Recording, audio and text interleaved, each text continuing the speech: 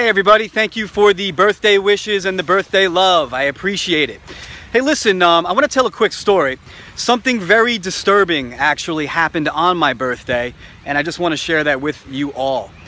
On my birthday, one of my indirect mentors, somebody of whom which that I have looked up to for some time now, I subscribe to his online lectures, I read his book, I've actually seen him speak publicly in person.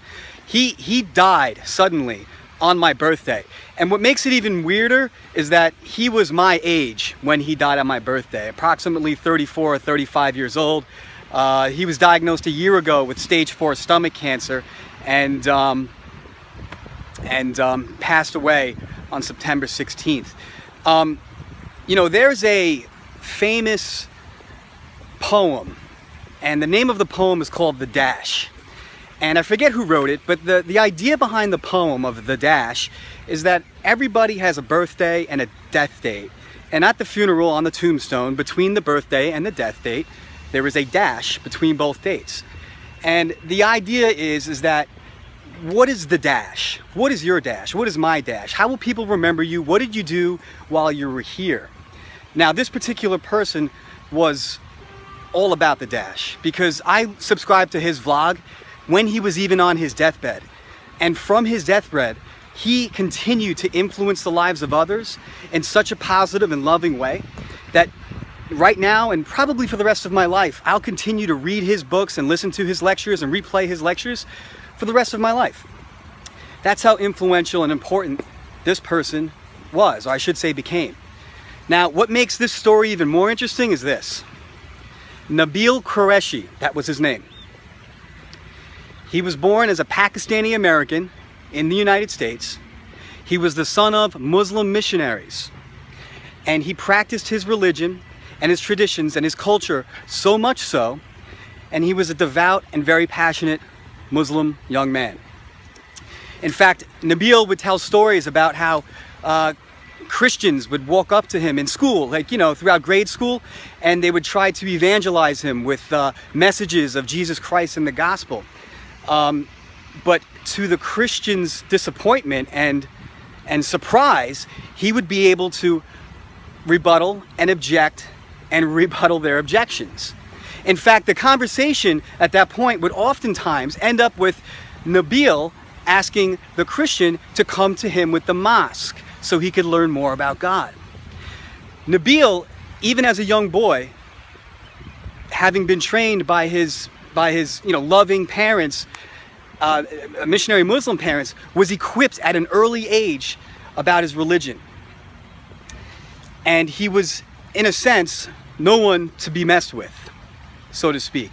Well, as time would have it, Nabeel would go on to be very brilliant, super intelligent. He was going to school to be a doctor. He became a doctor, wife, kids, the whole 9 yards, super successful, rocking and rolling.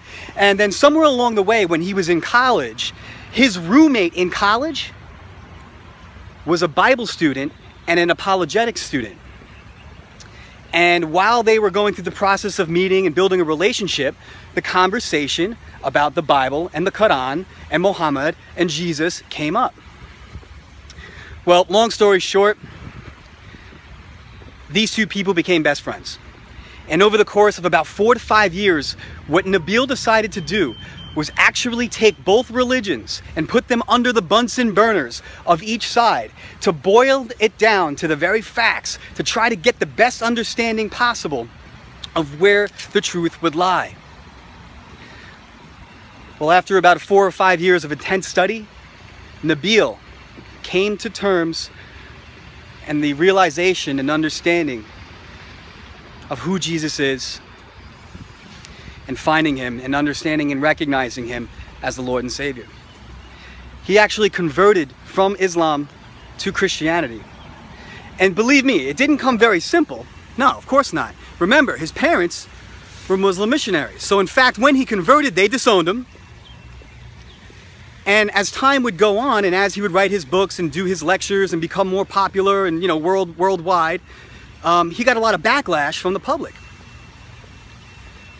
And could you imagine the amount of backlash he received a year ago when he was diagnosed with stage 4 cancer? How many people came out of the woodwork and pointed the finger and said, you see, You see, God is punishing you. Well, I'll tell you this, my friends. Going back to the dash, I watched Nabeel in some of his final vlogs on YouTube, continuing to profess the gospel of Jesus Christ from his deathbed, a 35-year-old dying man. And his last vlog, which I believe was September 8th, about a week and a half ago, was wrapped in peace and love. That was the overall message, that his ministry be remembered as a ministry of peace and love, pointing the truth towards the gospel of Jesus. So, my reason today for sharing this with you folks is pretty plain and simple. I'm 35 years old. My birthday was this past weekend. One of my indirect mentors passed away on my birthday. He was the same age as me. I looked up to him. And I think to myself, well, what about my dash? What are people gonna say after I'm gone? When will I be gone? Nobody knows for sure, right? So I encourage everybody here, think about your dash and think about what comes after.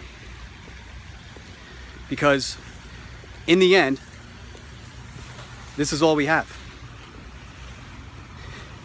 There's a saying that I hear often, nothing in my hands I bring, only to the cross I cling. I love everybody. Remember, act like men, be strong, be watchful, let everything you do be done in love. Take care.